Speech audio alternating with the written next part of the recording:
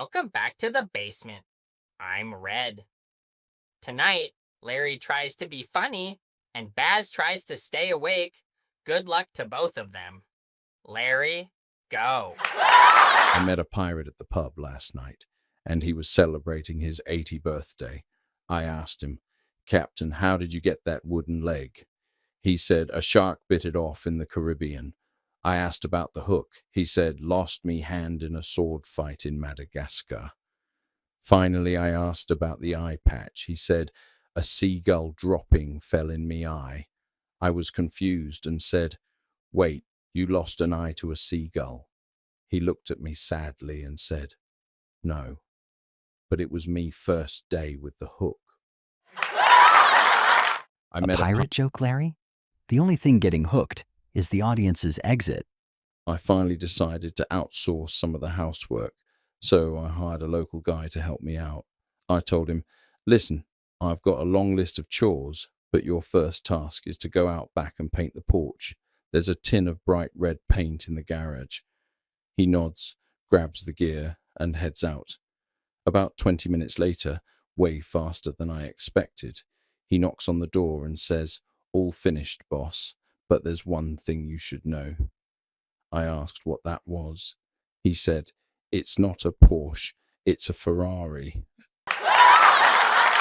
I wish someone would paint you red. At least then you'd look fast leaving the stage. I went for a job interview at a local mirror factory yesterday. I walked into the manager's office, sat down, and the first thing he asked me was, so why do you think you'd be a good fit for this company?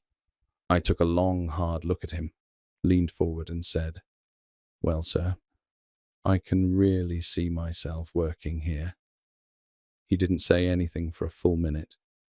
Then he told me to leave because apparently they were looking for someone with vision, and I was just reflecting on the past. Oh, I can see myself working here. Original. I can see myself in a world without these puns. I was at the library the other day and saw a man looking incredibly stressed at the front desk. He slammed a book down and yelled, this is the worst memoir I have ever read. There's no plot, the characters are boring, and there are way too many names to keep track of.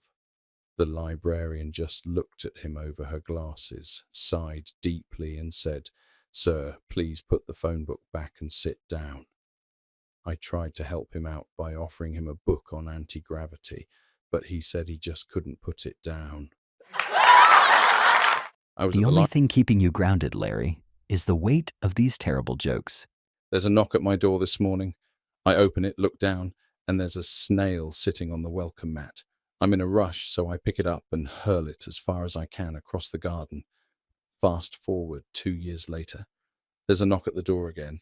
I open it, look down, and there's that same snail. He looks up at me and says, what was that all about? 2 years? That's how long it feels between your punchlines. I'm with the snail. I decided to enter a local talent show last week. I've been practicing my stage magic, and I told the audience I was going to perform a tribute to the great Harry Houdini.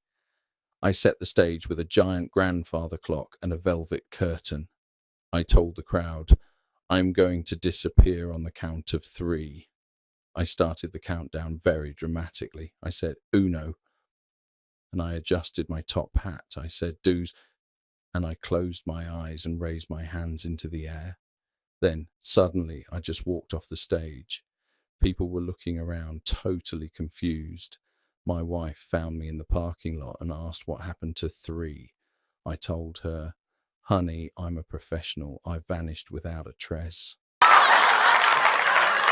You walked off stage? That's your best talent yet. Keep walking until you hit the ocean. I was walking down the street yesterday when I saw a sign in a yard that said talking dog for sale. I was skeptical, but I rang the bell anyway. The owner told me the dog was in the backyard. I went back there and saw a black lab just sitting on a lawn chair. I asked, you talk? Yep, the lab replied. I was stunned. I asked him what his story was. The dog looked up and said, well, I discovered my gift when I was a pup. I wanted to help the government, so I told the CIA. They flew me all over the world. I sat in rooms with world leaders because no one suspected a dog would be eavesdropping. I've solved international crises, won medals of honor, and eventually I retired and got married.